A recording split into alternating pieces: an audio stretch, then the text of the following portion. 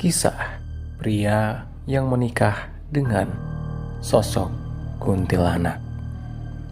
Di daerah yang tidak bisa saya sebutkan namanya, di daerah tersebut terdapat kampung yang bernama Singosari. Di kampung itu ada sebuah keluarga yang bisa dibilang sangat miskin. Dan keluarga tersebut adalah keluarga Bapak Tejo. Pak Tejo tinggal dengan anak sematawayangnya yang bernama Doni. Sementara istri Pak Tejo sudah lama meninggal saat melahirkan Doni. Doni kini berusia 20 tahun. Dia hanyalah lulusan sekolah dasar karena faktor ekonomi yang mengharuskannya hanya bisa sekolah sampai sekolah dasar saja. Keluarga Pak Tejo sangat miskin. Pak Tejo dan Doni hanyalah seorang buruh kasar yang tidak mempunyai pekerjaan yang tetap.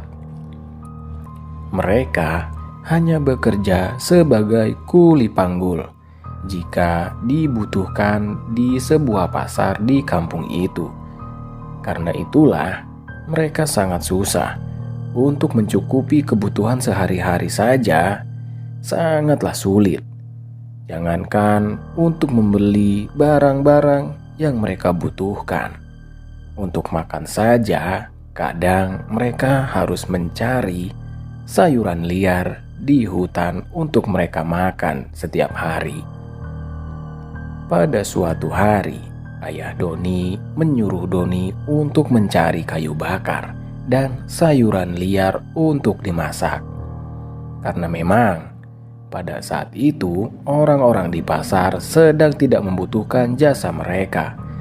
Jadi terpaksa pada hari itu ayah Doni menyuruh Doni untuk ke hutan untuk mencari kayu bakar dan sayuran liar.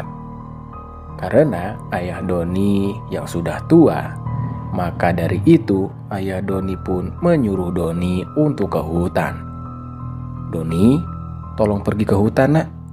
Kita sudah tidak punya bahan makanan untuk hari ini. Doni pun menjawab, baik ayah, aku akan pergi ke hutan untuk mencari lauk untuk kita makan hari ini. Di kampung itu ada satu hutan yang sangat angker. Dan saking angkernya, semua warga melarang siapapun untuk masuk ke hutan itu. Dan hutan itu dinamai hutan betung. Menurut warga sekitar, hutan betung adalah hutan paling ditakuti oleh semua warga. Karena banyak sekali hal-hal mistis yang sangat kuat di dalamnya. Baik, kita kembali ke Doni. Pada saat berangkat, ayah Doni berpesan agar jangan sampai pergi ke hutan betung. Karena sudah banyak orang hilang di sana. Doni pun tidak menghiraukannya. Dia malah sangat penasaran dengan hutan tersebut. Lalu Doni pun hanya mengiyakan larangan sang ayah. Baik ayah, aku tidak akan ke sana. Tetapi karena dari dulu dia sangat dilarang untuk pergi ke hutan itu, dengan sangat penasaran dia pun memutuskan untuk pergi ke hutan betung. Emangnya ada apa sih? Di hutan itu sampai-sampai tidak ada orang yang berani. Lagi pula di sana pasti banyak hewan buruan dan tumbuhan liar yang bisa aku masak. Karena belum ada orang yang berani masuk ke dalamnya. Doni pun jalan dan meninggalkan rumahnya. Karena tata letak hutan tersebut memang tidak jauh dari kampungnya. Doni hanya butuh waktu 30 menit sudah sampai ke hutan betung itu. Sesampainya di depan hutan, Doni seketika merinding karena hawa hutan hutan yang sangat gelap, mencekam. Karena banyak sekali pohon-pohon besar yang memiliki daun yang rimbun. Tetapi Doni sama sekali tidak gentar. Dia pun mulai memasuki hutan.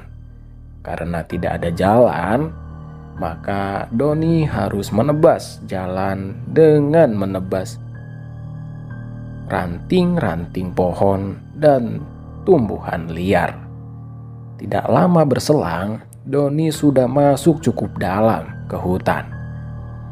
Sampai-sampai suasana sudah sangat mencekam dengan suara-suara monyet dan burung-burung di sekitarnya. Doni pun berhenti di sebuah pohon yang begitu besar. Dia beristirahat sebentar di bawah pohon itu. Karena sangat lelah, Doni pun tidak sengaja tertidur. Hari semakin sore dan Doni pun terbangun. Ia sangat kaget karena hari sudah sore. Dia bingung kenapa dia bisa tertidur selelap itu. Sampai-sampai sore pun sudah tiba. Padahal dia masuk ke hutan masih pagi dan belum begitu siang. Doni pun bangkit dan cepat-cepat mencari kayu bakar dan sayuran liar. Tetapi ada yang aneh, karena Doni merasa dia sudah bukan di tempat awal dia sampai. Karena dia tahu betul, sebelum sampai ke sini harusnya ada jalan yang dia buat sebelumnya. Tetapi sekarang dia berada di tengah-tengah rimbunnya hutan. Apa ini? Kenapa aku bisa di sini? Dan kemana jalan yang aku buat tadi? Doni pun bingung. Dan dia mencoba untuk membuat jalan kembali dan jalan ke arah utara. Tetapi sampai waktu sudah semakin gelap, Doni masih belum keluar dari hutan. Dia sangat ketakutan karena dia hanya membawa sebuah korek api dan bakar singkong yang tadi ia bawa dari rumah. Doni pun memutuskan untuk berhenti di bawah pohon. Ia pun membuat api unggun dan beristirahat. Baik, terima kasih untuk episode pertama ini. Tunggu episode berikutnya ya.